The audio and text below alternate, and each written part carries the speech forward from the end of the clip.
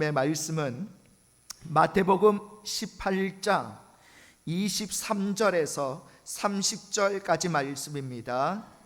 신약성경 30페이지 마태복음 18장 23절에서 30절까지 말씀입니다.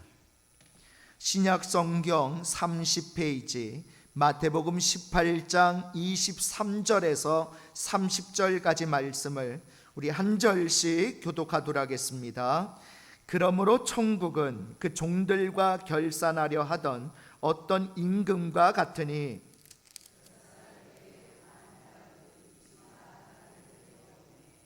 갚을 것이 없는지라 주인이 명하여 그 몸과 아내와 자식들과 모든 소유를 다 팔아 갚게 하라 하니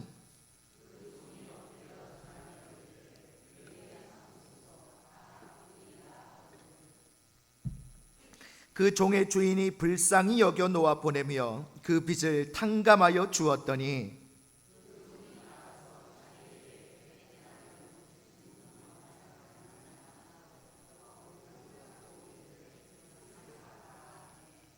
그 동료가 엎드려 간구하여 이르되 나에게 참아 주소서 갚으리다 하되 허락하지 아니하고 이에 가서 그가 빚을 갚도록 옥에 가두거늘. 아멘. 자, 오늘 말씀의 제목 따라해 보실까요? 감사하고 있습니까? 감사하고 있습니까? 할렐루야. 자, 여러분, 오늘 설교는요 굉장히 짧습니다. 제가 이렇게 짧다고 얘기 몇 번 했더니 저희 아내가 짧다고 얘기했는데 별로 짧은 줄 모르겠던데, 그런데 오늘은 진짜 짧아요. 자, 여러분, 아내가 원하는 쇠가 있답니다. 아내가 원하는 쇠. 자, 어떤 쇠를 아내가 원하느냐, 여러분 한번 맞춰보십시오. 아내 명령에는 무조건 복종하는 충성심 강한 돌쇠. 일하고 돈 벌 때는 개미처럼 부지런한 마당새. 아내의 단점이나 잘못은 절대 말하지 않는 철통 같은 자물쇠.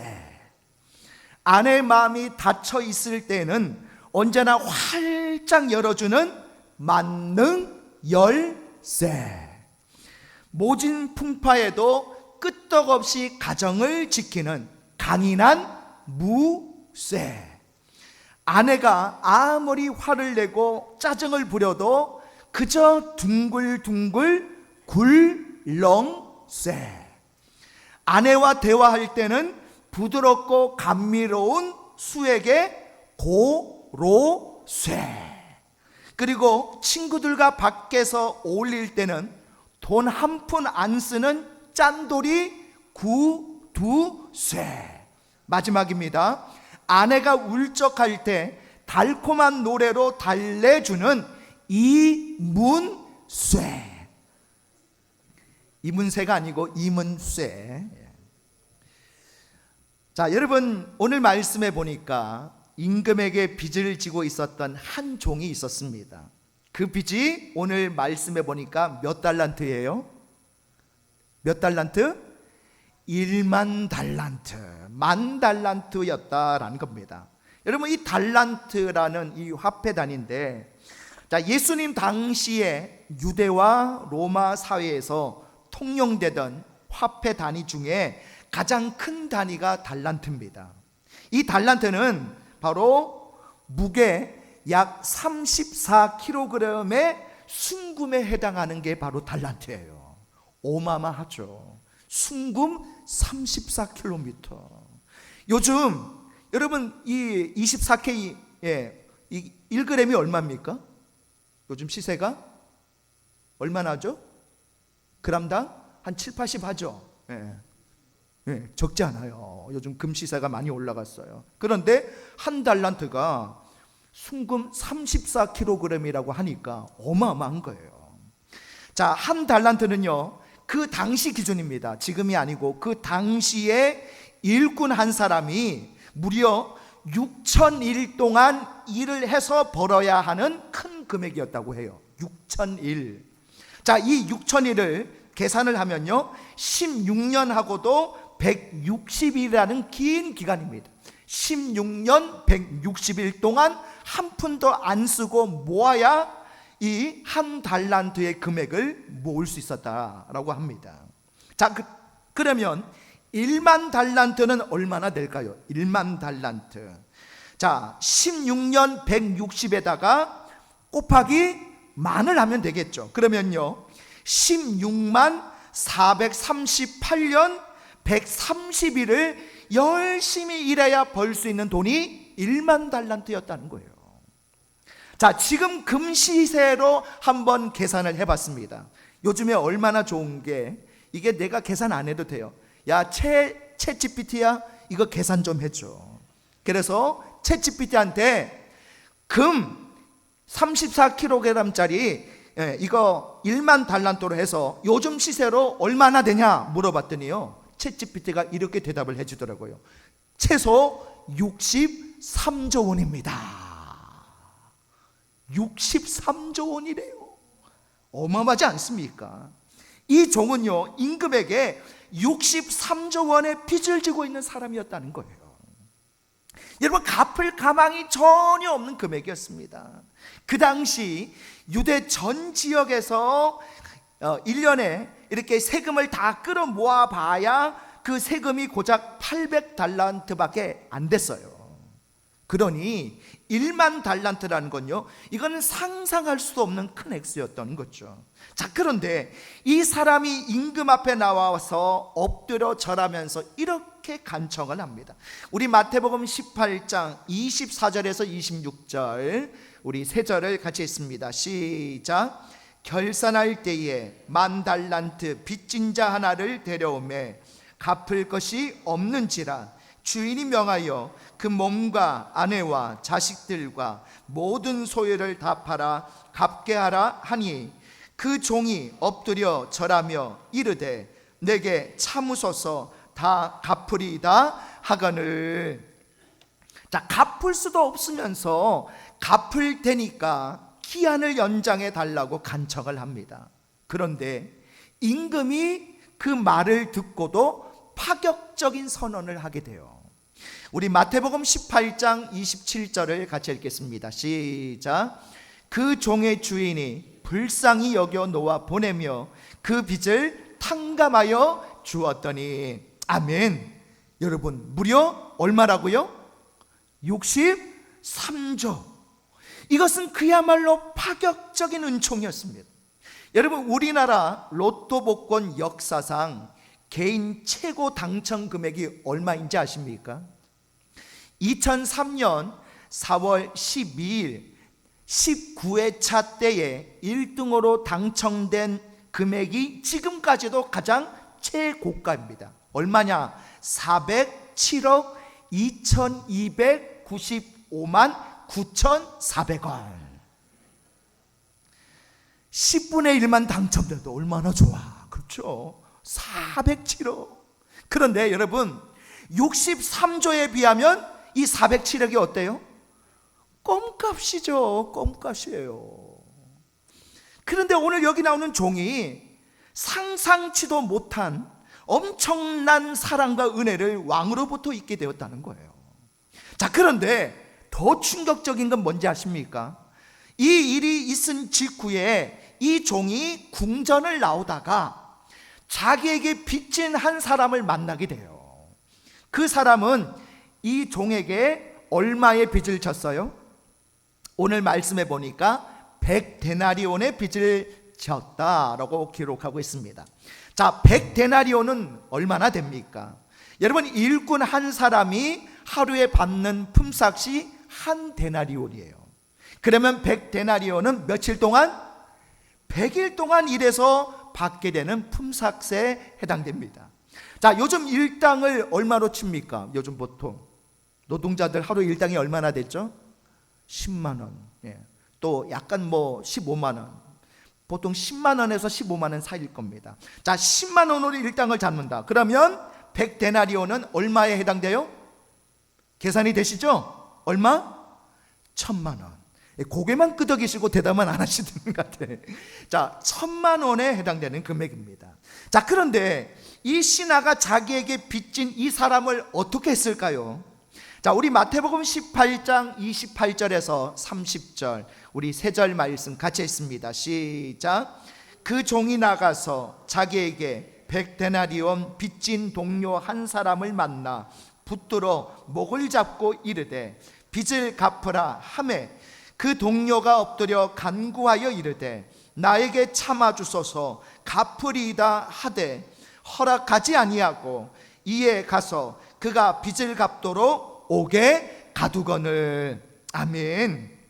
그러니까 63조를 다 갚은 것으로 탕감받고 나오던 이 종은 자기에게 1,000만 원 빚진 사람을 보자 어떻게 해요?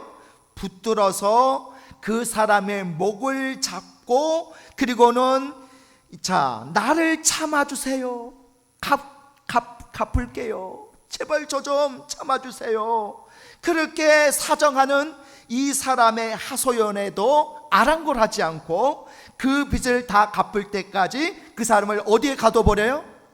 감옥에 가둬버리고 말았다는 겁니다. 여러분, 이 왕의 종이 왜 이런 일을 했을까요? 자기는 무려 63조 원이나 되는 상상할 수도 없는 빚을 탕감받았음에도 불구하고 어떻게 고작 1,000만 원 빚진 사람을 용서해 줄 수 없었을까요?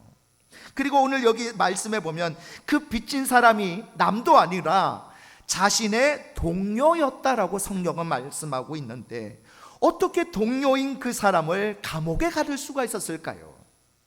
왜 그랬을까?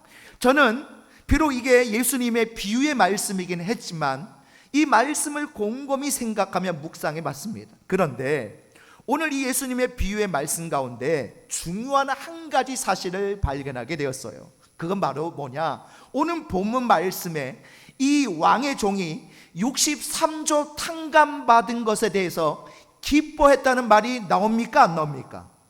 나올까요? 안 나올까요? 여러분 한번 보십시오. 안 나와요. 그러면 여러분 감사했다는 말이 나올까요? 안 나올까요? 안 나와요. 전혀 안 나옵니다.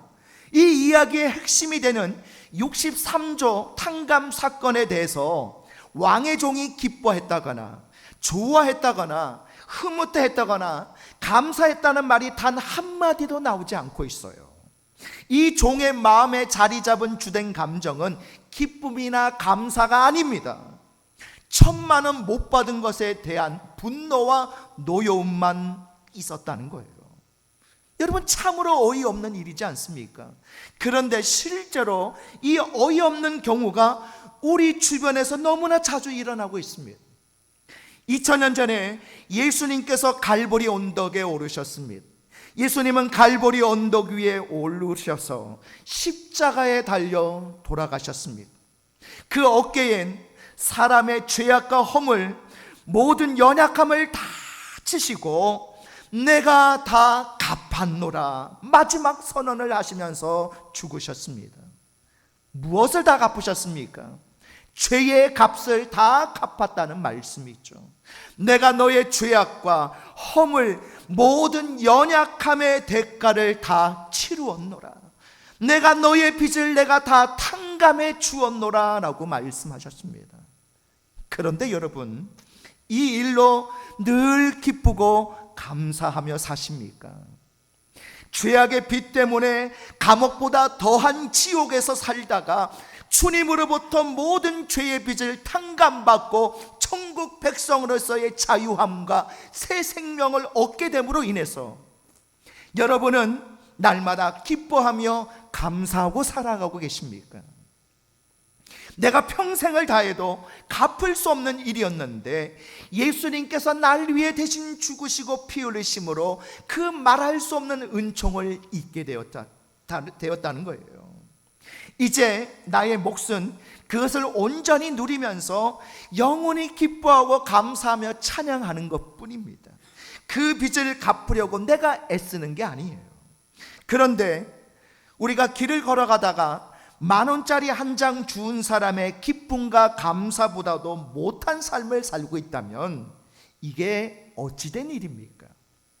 오히려 기쁨과 감사는커녕 그것은 너무나도 당연하고 마땅한 일로 여기고 내게 주어지지 않고 이루어지지 않고 내 뜻대로 되지 않은 것만을 바라보면서 우리가 하나님 앞에 섭섭해하고 원망하고 불평하며 감사할 줄 모르는 삶을 살고 있다면 이게 과연 어찌된 영문일까요? 왜 이런 일들이 생기는 것일까요? 우리 안에도 악한 왕의 종의 모습이 있기 때문인 겁니다.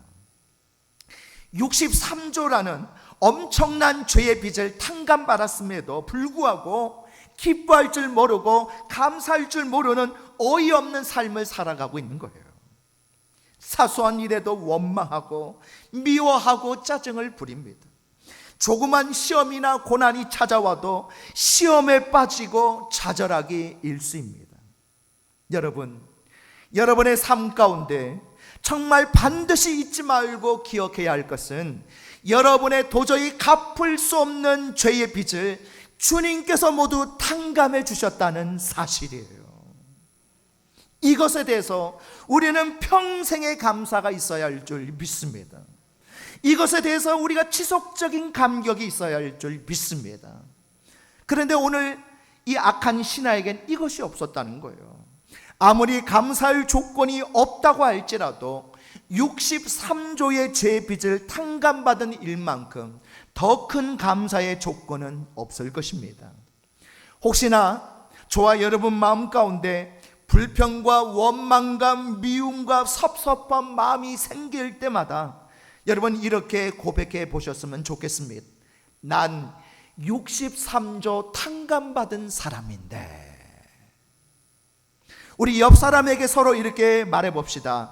당신은 63조 탕감받은 사람입니다. 시작.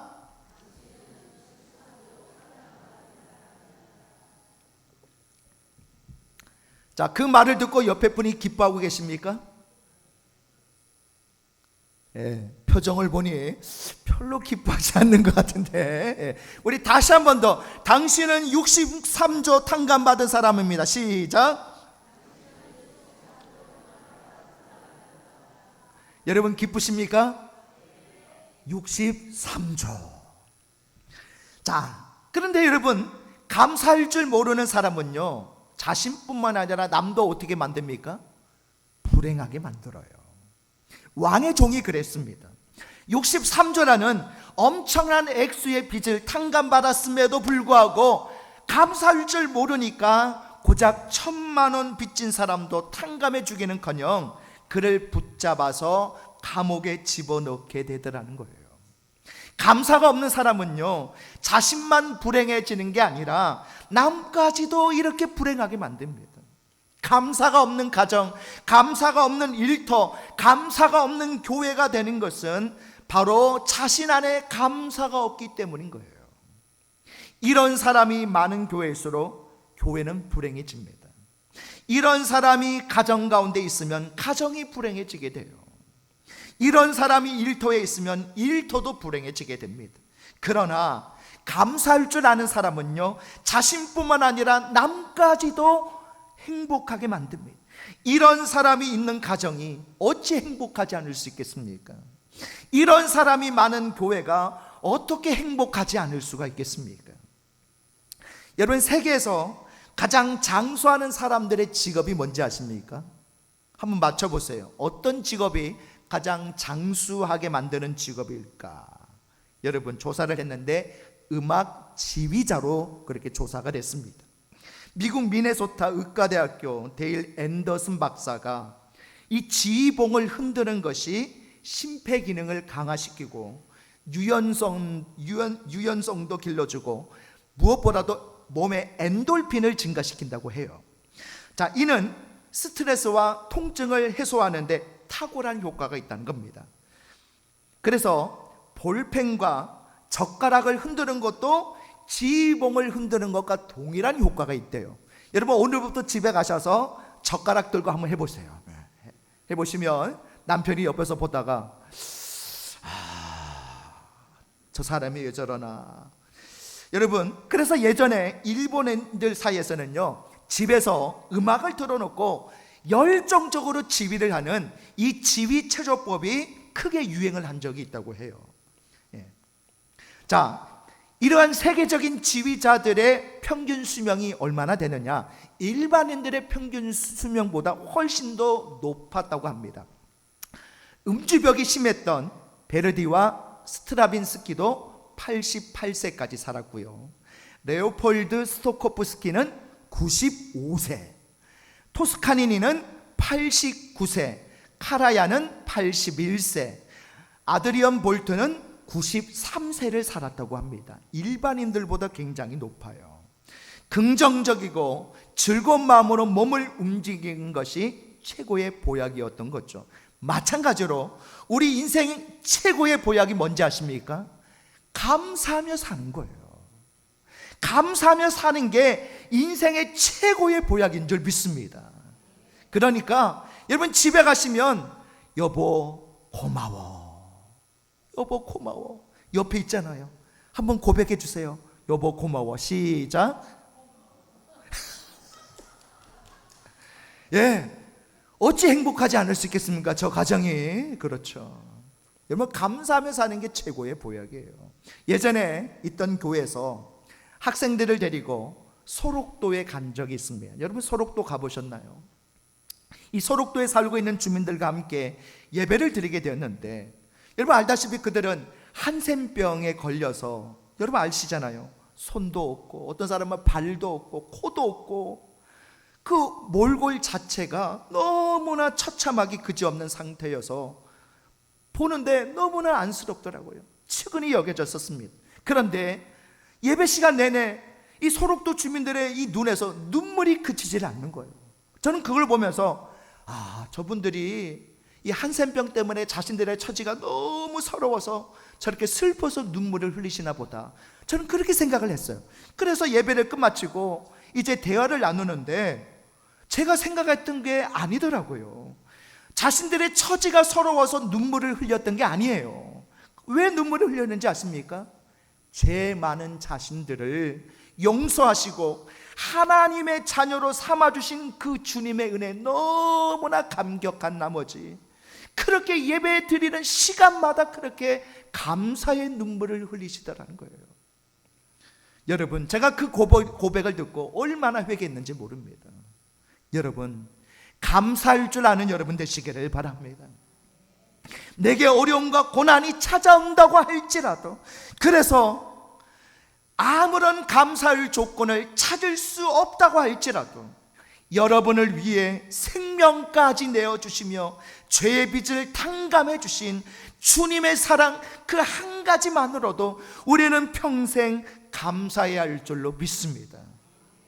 여러분, 소록도 주민들은요, 자신들의 썩어져가는 육신을 바라보면서도 눈물로 감사를 드렸는데, 그 소록도 주민들의 감사의 신앙이 저와 여러분에게도 있으시기를 바랍니다. 또한 감사의 삶을 사시는 여러분으로 인해 여러분 자신뿐만 아니라 다른 사람까지도 행복하게 만드는 삶이 되시기를 바랍니다. 여러분으로 인해서 가정이 행복해지고 일터가 행복해지고 교회가 행복해지게 되는 귀한 역사가 일어나시기를 주님의 이름으로 축복합니다. 우리 다 같이 일어나셔서 우리 주여 한번 부르시고 합심으로 기도하실 때 우리 두 가지 기도 제목 가지고 기도하겠습니다. 첫 번째는 내게 어려움과 고난이 찾아온다고 할지라도, 그래서 아무런 감사할 조건을 찾을 수 없다고 할지라도 나를 위해 생명까지 바치시며 죄의 빚을 탕감해 주신 주님의 사랑 그 한 가지만으로도 평생 감사하게 하소서.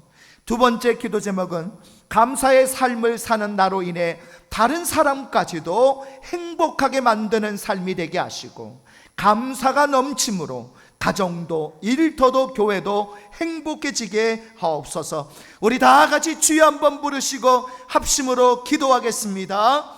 주여